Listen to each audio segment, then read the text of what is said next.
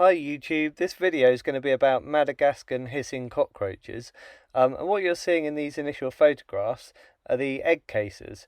So these females, they've got all the eggs lined up in rows in these egg cases. This is one sort of fully out, and what she does is she puts it out like this, lets it dry in the air, and then reabsorbs it into her, and then I think it's like several weeks later, this happens.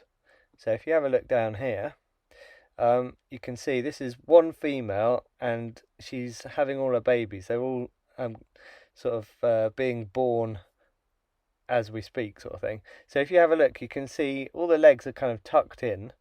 And this is very much like if you've ever kept praying mantises, a similar thing happens when their egg cases hatch. The baby mantises come out and they're all kind of folded up like this with their legs all kind of stuck in, and then as they come out, the legs kind of pop out, and then they start to dry off. So they're still white at this point because they haven't hardened yet. This just makes them nice and soft and easier for them to kind of come out of the female. But you can see there are loads of these, and I've bred this species dozens and dozens of times, and this is the first time I've ever actually witnessed this part where they're actually literally being born. Normally what happens is the female does it at night time, or just at a time when it's really quiet and I don't get to see it, and the first that I normally see of it are the babies running about afterwards, and usually actually even after they've hardened, so they've darkened in colour. I don't think I've ever seen it where they've been white before, so this is quite a nice bit of footage to be able to get this. Yes, it's a very easy species of cockroach to keep. I keep mine in a big tub. Obviously, the tub's got to be really well sealed, because these little babies, they can get through the smallest cracks and then they'll escape into your house. I don't think, they're not going to kind of breed in your house or anything very easily, I don't think, because they need the warmth to kind of breed, and a plentiful supply of food as well. But in a cage like this, I just keep them warm. They've got these egg crates which you can buy really cheaply, and you just stack all the egg crates together, and the cockroaches hide in between all the various layers of egg crates. So it gives them a lot of surface area, and it means you can keep, dozens and dozens of cockroaches together in a colony. The males have got like bumps on their sort of on their thorax area, and the females are completely flat, so they're very easy to tell apart. The males tend to be a lot bigger as well, and obviously they all hiss if you kind of touch them or try and pick them up, and that's a nice feature as well. But they're very light shy, so it's important that you just don't keep them in a place with no hides. They need to have either bark and stuff to hide under, or like I say, these egg cartons provide the best kind of surface area. And then you just feed them on, I give mine like banana. You can give them like dark green kind of veg, like cabbage or kale. That kind of thing's good. And then you can give them dry kind of good quality like cat food biscuits and stuff, and you can crush it up a little bit to make it easier to eat.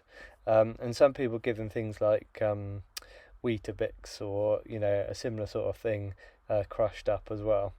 And you can also mix in like a vitamin supplement as well, like Nutribul's is quite good, or just bits of calcium powder and things can help with their shell formation.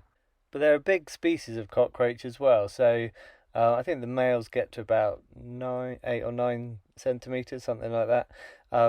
And yeah, the females just slightly smaller. And then the babies, when they first hatch like this, are probably a centimeter, centimeter and a half, something like that. So yeah, lovely size and really nice to handle as well. They don't bite you or anything. I've never been bitten by one, so good if you've got kids and you want to kind of introduce them to some interesting insects that they can hold.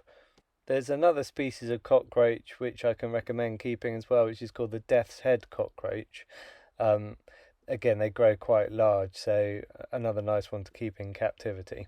But you can see here, you know, they've all now got their legs free and they're sort of wandering about freely.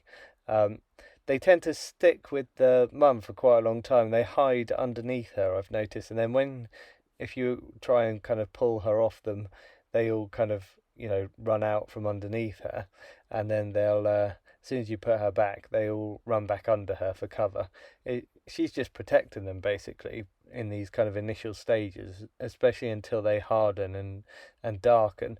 And once they've darkened, then, you know, after like a day or two, they'll start leaving her and wandering about freely on their own. And they're fully independent straight away. They'll start eating from the food bowls and things that you put in their cage. And they're really good at climbing up surfaces as well. So that's why you've got to be careful about the cage that you give them, not having any gaps at the top, because the chances are they'll climb up it, however smooth it is, and they'll find a way out of any little gaps. I think it only takes them a few hours to harden and for all their colours to come through darker. But anyway, if you've never kept cockroaches before and you're thinking about it, I thoroughly recommend this species.